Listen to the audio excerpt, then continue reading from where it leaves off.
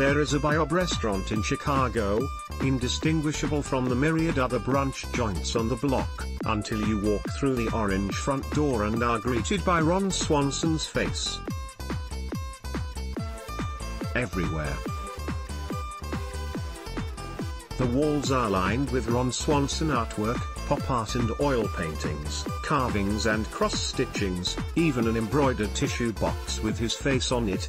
Underneath one of his most iconic quotes, "There has never been a sadness that can't be cured by breakfast food." Whisk, yes, Nick Offerman offers when I can't recall the name of the eatery. They're very generous to me at that establishment. While he imagines he could get a free meal, the actor hasn't actually visited yet. I'm kind of scared. He giggles. I don't feel like I can be a normal patron in a weird bacon and eggs museum to my character. It has been 3 years since Parks and Recreation, the NBC sitcom in which Offerman played the surly, mustached, libertarian saxophonist, left the air, but despite the proliferation of Ron Swanson, as he puts it, the role didn't lead to the career boon you might imagine. Across the 7 years that we made Parks and Rec, he says, my cash certainly went up considerably. But the critical love, the memes and the freaking breakfast restaurant in his honor leads people to assume certain things that just aren't the case.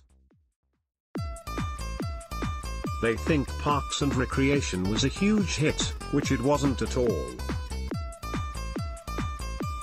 We were always in danger of being cancelled, Offerman tells ET, seated in a suite at the Beverly Hills Four Seasons with one bright red New Balance sneaker resting on the other knee. We might have more viewers right now, on streaming services, than we did when we were actually airing, he adds, noting early seasons didn't factor in online viewership. That leads people to believe that somehow I'm John Hamm or something, and I'm like, no. That's not how it was. I'm very grateful that this character is so successful, but I haven't been offered Batman yet. Not that Offerman has been lacking for work, following Parks and Rec with a run on the second season of FX's Fargo and voice work in animated fare such as Hotel Transylvania and the Lego Movie. He's just aware of how many projects are in production at any given time and what percentage of that comes to him. I'm not beleaguered by tons of choices, you know, he says. The business is not beating my door down to try and get me in their projects, so, of the things that come my way, I recognize I'm incredibly fortunate that I can even pick between a couple, Offerman continues. "'Cause my rent is pretty much covered." When discussing how he picks the projects he does sign on for, the actor frequently defers to his gut instinct. He won't say yes to anything that's not his bag, which excludes anything too trendy like zombie stuff. Sometimes there will be a really funny script but there will just be like, a couple homophobic jokes and I'll say, nah, I don't want to be in bed with these guys. Literally, he lists off. And then there's the matter of making sure his schedule lines up with that of his wife of 15 years, Megan Mullally. We have a 2-week rule, Offerman explains, where we never take a job that will keep us apart for more than 2 weeks. Which sometimes involves some pretty impressive aeronautical gymnastics. But in the end, it comes down to following his gut. And it's really worked out wonderfully, he grins through his overgrown beard, the dark scruff graying at his chin. Credit Offerman's gut for leading him to Ron Swanson, but also to many an indie gem, his bread and butter. His latest movie, the musical dramedy Hearts Beat Loud, ticks off all his boxes and then some. Photo courtesy of Gunpowder and Sky. Hearts Beat Loud, which opens in select theaters on June 8, sees Offerman play Frank, a record store owner, widower and single dad living in Brooklyn's Red Hook neighborhood and dreading the imminent departure of his daughter, Sam, Kiersey Clemens, for college. When one of their father-daughter jams produces a bona fide Spotify hit, the pair grapple with starting their band, called We're Not a Band, growing up and letting go. He was the only person we wanted. Director Brett Haley, who co-wrote the script with Mark Bash, tells me, having written the role of Frank with Offerman in mind after working together on 2017's The Hero. He's just the best. He's such a great human being and such an amazing actor, and he has so much to give that I don't think audiences have seen. I could just feel that. He's hilarious but can be so sweet and open, and I think he's going to surprise people. I've literally never had a role half this big, Offerman agrees.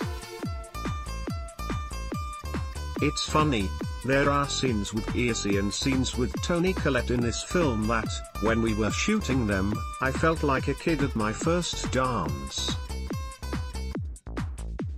I would say, you guys.